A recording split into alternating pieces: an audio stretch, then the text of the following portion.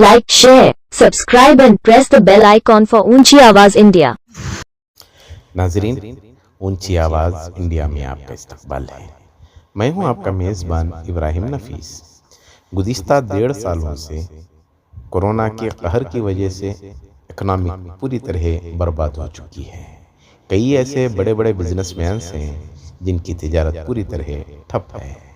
इसी की जद में कई ऐसे हमारे तालीमी इदारे हैं, कॉलेजेस हैं, स्कूल्स हैं, एकेडमीज़ हैं जो पूरी तरह ठप हो चुके हैं और उनका कोई पुरसान हाल नहीं है।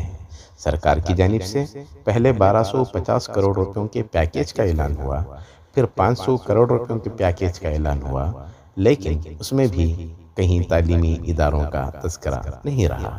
तालीमी इदारों के मसाइल क्या हैं जानते हैं। आज शहर के बुमनहल्ली में वाक़े लोरा पीयू डिग्री कॉलेज के हालात को सामने रखते हुए कि तालीमी इदारों के मसाइल क्या हैं, इस खुसूसी रिपोर्ट में हमारे नुमाइंदे रैयान अरीब की ज़बानी उन्होंने क्या देखा और वहाँ के क्या हालात हैं। मैं डॉक्टर श्रीनिवास हूँ। मैं लोरा और लोराना पीयू एंड डिग्री कॉलेज का प्रिंसिपल हूँ। हमारे कॉलेज बोमनहल्ली होंगसंद्रा में स्थित है। हमारे कॉलेज में 150 से अधिक बच्चे पढ़ रहे हैं पीयूसी में और डिग्री में, और 10 से ज़्यादा फैकल्टी हमारे साथ काम कर रहे हैं। मैं पिछले 15 साल से इस एजुकेशन इंडस्ट्री में काम कर रहा हूँ। आज की ये सिचुएशन पे हमारी कॉलेज का, मेरा और मेरे स्टाफ का बहुत तरह के इश्यूज हो रही हैं। वजह सबको पता है, मगर इस वजह का समाधान किसी तरह से किसी को नहीं मिल रहा है। ये वजह पिछले 18 महीने से हमारे देश में हर प्रांत में हो रही है। सबसे ज़्यादा अफेक्टेड लोग हैं इस एजुकेशन इंडस्ट्री के रिलेटेड, वो शायद वो इंस्टीट्यूशन हो या टीचर्स हो या स्टूडेंट्स हो। सभी इंडस्ट्री के लोग को किसी ना किसी तरह से उनकी लॉकडाउन अनलॉकडाउन के टाइम पे कुछ फ्लेक्सिबिलिटी हो जाती है और वो लोग अपनी ज़िंदगी और गुजारना के लिए कुछ इंतज़ाम करके अपना गुजारा कर रहे हैं।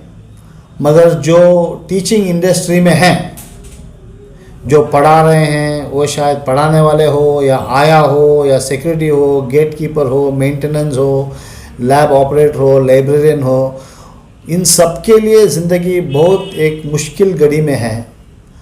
और इस मुश्किल घड़ी में जो लोग अपना सारा जीवन, सारा ज्ञान देश की, बच्चों की उन्नति में लगा है, उनके बारे में कोई भी फिक्र नहीं कर रहा है।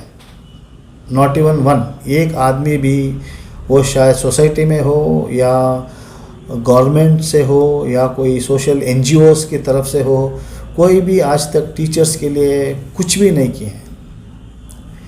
कोई एक सर्वे भी नहीं किया है किसी एक स्कूल में जाके कि कितने टीचर्स हैं, आपको क्या मिल रहा है, आपका घर कैसा चल रहा है, आपकी बच्चे का हालत क्या है, आपका हालत क्या है, आपका आगे क्या होगा। किसी को कुछ फिक्र नहीं है। बस बोलने पे सब बोल रहे हैं कि सबका इफ़ेक्ट कोरोना से है।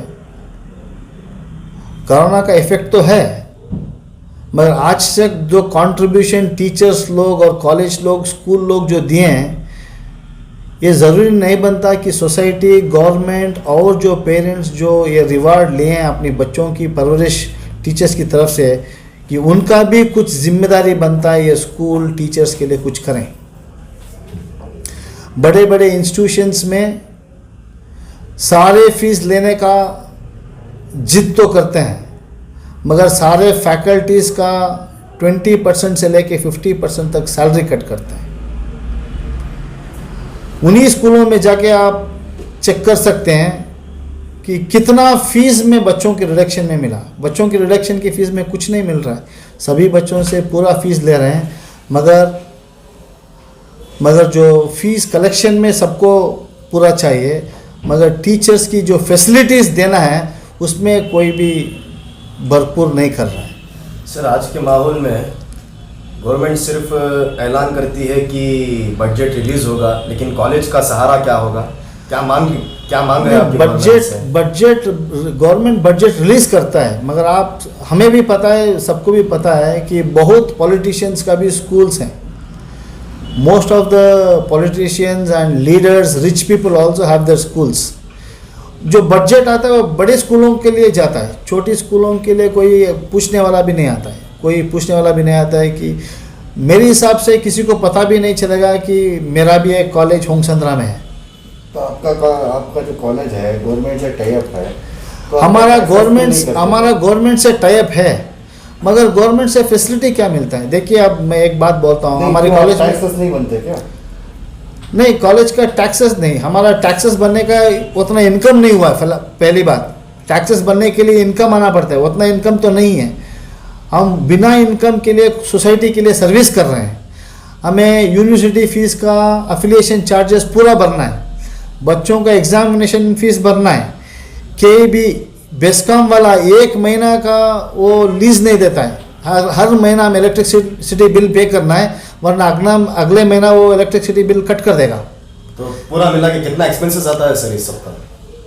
समझ लीजिए 1 महीने में हमारा जो एक्सपेंसेस है 1.5 लाख तक एक्सपेंसेस होता है।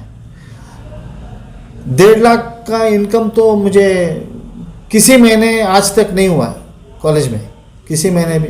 हम क्या करते हैं, इधर से उधारी, क्योंकि हमारा कॉलेज में जो बच्चे पढ़ते हैं उनका भविष्य तो हाल नहीं होना है, तो उनके लिए we will try to manage and get some funds from outside.